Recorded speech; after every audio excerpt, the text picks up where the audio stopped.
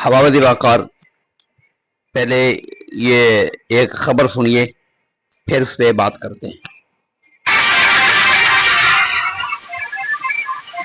اسرائیل کے 72 گھنٹے میں 6 ملکوں پر حملے، قطر، غزہ، یمن، شام، لبنان اور تیونس پر حملے کیے۔ غزہ میں رات بھر بمباری جاری رہی، 24 گھنٹے میں 41 فلسطینی شہید۔ غزہ شہر میں کیمپ پر حملے میں بچے سمیت 3 فلسطینی شہید ہوئے۔ اسرائیلی صدر کہتے ہیں ہم تو امن چاہتے ہیں اور ڈیل کے لیے تیار ہیں۔ وہ ٹریڈ ایگریمنٹ اور وہ جہاز کے تحفے، وہ عرب ملکوں کے، عرب ممالک کے تحفے، اور جتنے بھی ٹرمپ کو پچھلے اس کے دورے میں اس کو جو پروٹوکول دیے گئے ہیں، بچیاں اپنی پیش کی ہیں ٹرمپ کے سامنے، توبہ توبہ توبہ۔ بےغیرتی کا یہ حال ہے ہمارے مسلم حکمرانوں کا کہ بچیاں ہیں جو اپنے بال ایسے کر رہی ہیں پھر ایسے کر رہی ہیں، اسے کہتے ہیں اپنی زبان میں بچیاں پیش کرنا مرد کے ساتھ۔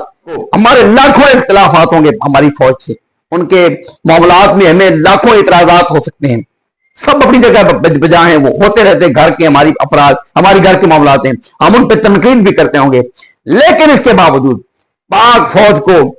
اس طرح سلوٹ کرنے کو دل کرتا ہے۔ آج پھر اگر پاک فوج نہ ہوتی تو سب سے پہلا ٹارگٹ پاکستان ہوتا، سب سے پہلا ٹارگٹ پاک فوج ہے۔ کہو اسرائیل کو، کہو امریکہ کو، کہو کسی اور ملک کو پاکستان کی طرف میری آنکھ کر کے دیکھ سکے، نہیں دیکھ سکتے۔ پاک فوج کو آج پھر یہ نعرہ لگانے کو دل کرتا ہے کہ پاک فوج زندہ باد۔ یہ پاک فوج کی جرت ہے، بہادری ہے، ان کی پیشہ ورانہ صلاحیت ہے کہ پاکستان جیسے ملک کی طرف اتنی نفرت کے باوجود، یہ تو کچھ بھی نہیں، عرب ممالک تو کچھ بھی نہیں، اصل معاملہ اصل کھٹکتا ہے تو پاکستان کھٹکتا ہے۔ کیوں؟ پاکستان صرف پاکستان نہیں ہے، ایک نیوکلیئر پاور کا حامل ملک ہے۔ یہ احباب 72 گھنٹوں میں 6 مسلم ممالک پر حملے۔ اللہ کے نبی صلی اللہ علیہ وسلم نے فرمایا الکفر ملت واحدہ، کفر سارے کا سارا جو ہے وہ ایک ملت ہے، وہ کوئی بھی ہو، یہودی ہوں، عیسائی ہوں، ہندو ہوں، سکھ ہوں، کفر ایک ملت ہے۔ حضور رحمت عالم صلی اللہ علیہ وسلم نے فرمایا، اور وہ اپنے مفادات کے لیے اکٹھے ہیں، مجتمع ہیں۔ اللہ رب العالمین احکم الحاکمین نے خصوصی طور پہ ہمیں یہود اور نصارہ سے الرٹ کیا تھا، آگاہ کیا تھا کہ یا ایھا الذین آمنوا لا تتخذوا اليہود والنصارى اولیاء، یہود و نصارہ کو اپنے دوست نہ بنانا، بعضهم اولیاء بعض، وہ آپس میں ایک دوسرے کے دوست ہیں۔ اور پھر اللہ رب العالمین احکم الحاکمین نے ہمیں ان کے بارے میں آگاہ کیا تھا کہ لا تتخذوا بطانا من دونکم، کفار جو ہیں وہ اپنے مسلمانوں کو چھوڑ کے انہیں اپنے رازدار نہ بنانا۔ آج رازدان اور رازدار وہ تو دور کی بات ہے، ہمارے سارے معاملات ان کے سپرد ہیں، ہمارے تمام معاملات حل بھی وہ کرتے ہیں۔ ہمارے آپس میں کوئی مسائل ہوں تو آپس کے مسائل کے حل کے لیے ہم کہتے ہیں جی چلو یو این او میں جاؤ، جی ٹرمپ کو بلاؤ جی، اور یو این او میں جا کے ہم اپیلیں کرتے ہیں کہ وہ ہمارے ہاں انصاف کریں۔ یہ وہی مثال ہے جس طرح وہ 2 بیویوں کو ایک روٹی مل گئی تھی تو بندر کے پاس چلی گئی تھی کہ ہمارے اندر روٹی کو تقسیم کر دیں۔ یہ وہ والا معاملہ ہے، اپنے معاملات کے حل کے لیے ان کے پاس جاتے ہیں، اور اپنا مسلمانوں کا ایک بالکل خصی قسم کا ناکارہ اور برائے نام ایک ادارہ ہے OIC۔ وہ جس طرح کوئی بڑا مسئلہ ہو جاتا ہے، جو ہم جس طرح کہتے ہیں نا کہ انگلش میں کیا کرتے ہیں، افسوس جس کو ہوتا ہے OIC، بس یہ OIC وہ بڑا OIC ہے، بالکل بیکار ادارہ۔ آج تک OIC نے نہ کوئی کام کیا، اور مسلمانوں کے معاملے میں UNO نے، جس کے بارے میں کہتے ہیں کہ یونائٹڈ نیشن آرگنائزیشن، لیکن اس کے بارے میں علامہ شاہ احمد نورانی رحمہ اللہ فرمایا کرتے تھے UNO کا مطلب یونائٹڈ نیشن آرگنائزیشنز نہیں ہے، یہ UNO مطلب unnecessary آرگنائزیشن، یہ ہے غیر ضروری آرگنائزیشن، unnecessary آرگنائزیشن ہے، کوئی کام کی نہیں، مسلمانوں کے اندر، مسلمانوں کے کسی کام کی نہیں۔ اور تعجب کی بات یہ ہے کہ UNO کے اوپر 5 ویٹو پاورز ہیں، اور ان 5 ویٹو پاورز میں سے کوئی ایک بھی ویٹو پاور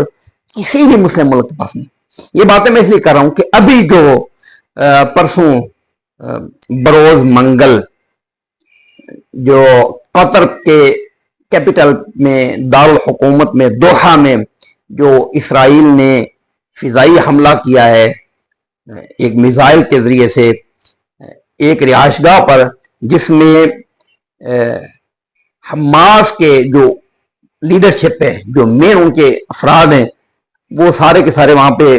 رہائش پذیر تھے، اور انہیں وہاں پہ بلانے والے بھی خود امریکہ اور اسرائیل تھے، اور مذاکرات کے لیے بلا رہے تھے، امن معاہدے کے لیے کہ جنگ بندی ہونی چاہیے اور امن ہونا چاہیے، اور اس معاہدے کے لیے خود ہی وہاں پہ بلایا گیا اور قطر کو میزبانی دی گئی، اور قطر کے پاس وہ بطور مہمان وہاں پہ گئے ہوئے تھے، قطر ان کا میزبان تھا، اور جس بلڈنگ میں وہ ٹھہرے ہوئے تھے اس کے اوپر اسرائیل نے ایئر اٹیک کیا میزائل کے ذریعے سے، اور جو اس وقت کے ان کے سپریم لیڈر ہیں حماس کے، ان کا بیٹا اور اس کے علاوہ دیگر اور 6 افراد وہ اس حملے میں شہید ہوئے۔ اطلاعات یہ ہیں کہ مرکزی قیادت ساری محفوظ ہے، اللہ کرے ایسے ہی ہو، لیکن آپ دیکھیں کہ یہ حملہ کتنی دلیری سے ہوا۔ قطر جو اتنا انتہائی پاورفل ملک ہے، جن کے پاس یعنی مال دولت کی فراوانی ہے، لیکن اس کے باوجود قطر کے اندر ان کی کیپٹل میں انہوں نے حملہ کر دیا ہے، اور نہ قطر کوئی کر سکا ہے، نہ ایران کوئی کر سکا ہے، نہ عرب ملک کچھ کر سکے ہیں، نہ دبئی کچھ کر سکا ہے، نہ پاکستان کچھ کر سکا ہے، کوئی مسلم ملک کچھ بھی نہیں کر سکا، اور یہ کچھ کر بھی نہیں سکتے۔ یہ ہے اوقات آج کے دور میں مسلمانوں کی، یہ ہے حیثیت، ایسی ذلت کے گڑھے میں آج جا گرے ہیں مسلمان کہ جہاں مرضی ہو ان کو۔ ابھی آپ نے سنا ہوگا اس کے ساتھ ہی یمن پر بھی اسرائیل نے حملہ کیا ہے، وہ بھی فضائی حملے ہیں، جس میں 35 کے لگ بھگ افراد فوت ہو چکے ہیں، اور 131 یا اس کے لگ بھگ افراد شدید زخمی ہیں، ان پہ بھی حملہ، اور خود فلسطین پہ غزہ پہ ان کے حملے ابھی بھی جاری ہیں۔ تو یہ حال ہے امت مسلمہ کا، اللہ تعالیٰ اس حال پہ رحمت کرے، اور بہت دل برداشتہ ہے اور بہت مایوس ہیں ہم مسلمانوں کی اس حالت سے اور اس ذلت سے کہ ایسی بے غیرتی کے گڑھے میں گرے ہوئے ہیں ہمارے حکمران، ہماری لیڈرشپ۔ اللہ نے ہر طرح کے وسائل دیے ہیں، 1.5 ارب کے لگ بھگ ہماری تعداد ہے، اتنے پاورفل ممالک ہیں، وسائل سے اللہ نے مالا مال کیا ہے، اور ذلت کا حال یہ ہے کہ اگلے جہاں چاہتے ہیں جب چاہتے ہیں حملہ کرتے ہیں۔ اور کمال کی بات ہے اسی قطر نے اسی ٹرمپ کو $1 ٹریلین سے زیادہ کا ٹریڈ ایگریمنٹ کیا ہے، اور $400 ملین کا پلین انتہائی لگژری جہاز جو ہے وہ اسی ٹرمپ کو پچھلے دنوں میں گفٹ کیا ہے، اور آج انہوں نے بغیر پوچھے، ہاتھی جیسے نہیں ہوتا بدمست ہوتا ہے، مستی میں آتا ہے، اس طرح ہے، حملہ کیا ہے، گھر میں گھس کے مارا ہے۔ وہ ٹریڈ ایگریمنٹ اور وہ جہاز کے تحفے، وہ عرب ملکوں کے، عرب ممالک کے تحفے، اور جتنے بھی ٹرمپ کو پچھلے اس کے دورے میں اس کو جو پروٹوکول دیے گئے ہیں، بچیاں اپنی پیش کی ہیں ٹرمپ کے سامنے، توبہ توبہ توبہ۔ بےغیرتی کا یہ حال ہے ہمارے مسلم حکمرانوں کا کہ بچیاں ہیں جو اپنے بال ایسے کر رہی ہیں، پھر ایسے کر رہی ہیں، اسے کہتے ہیں اپنی زبان میں بچیاں پیش کرنا، مرد کے ساتھ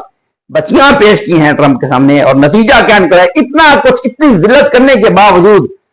نتیجہ کیا نکلا؟ اگلوں نے گھر میں گھس کے مارا ہے، پھر بھی ماریں گے، پھر بھی ماریں گے، پھر بھی ماریں گے، اور آپ مسلم ممالک، مسلم حکمران ان کا کچھ بھی نہیں کر سکتے۔ اور یہ بات میں درد دل کے ساتھ کر رہا ہوں۔ آج پھر سے ایک بار دل کر آئی، ایک بار جب انڈیا کو تکلیف ہوئی تھی اور انڈیا نے پاکستان کے اوپر حملہ کیا تھا اور یہ دکھانا چاہا کہ ہم پاکستان کو تہس نہس کر دیں گے، جب پاک فوج نے انڈیا کے دانت کھٹے کیے، ایک بار اس وقت سلوٹ کیا تھا، اور آج پھر پاک فوج کو، ہمارے لاکھوں اختلافات ہوں گے ہماری فوج سے، ان کے معاملات میں ہمیں لاکھوں اعتراضات ہو سکتے ہیں، سب اپنی جگہ بجا ہیں، وہ ہوتے رہتے، گھر کے ہماری افراد، ہماری گھر کے معاملات ہیں، ہم ان پہ تنقید بھی کرتے ہوں گے، لیکن اس کے باوجود پاک فوج کو اس طرح سلوٹ کرنے کو دل کرتا ہے۔ آج پھر اگر پاک فوج نہ ہوتی تو سب سے پہلا ٹارگٹ پاکستان ہوتا، سب سے پہلا ٹارگٹ پاک فوج ہے۔ کہو اسرائیل کو،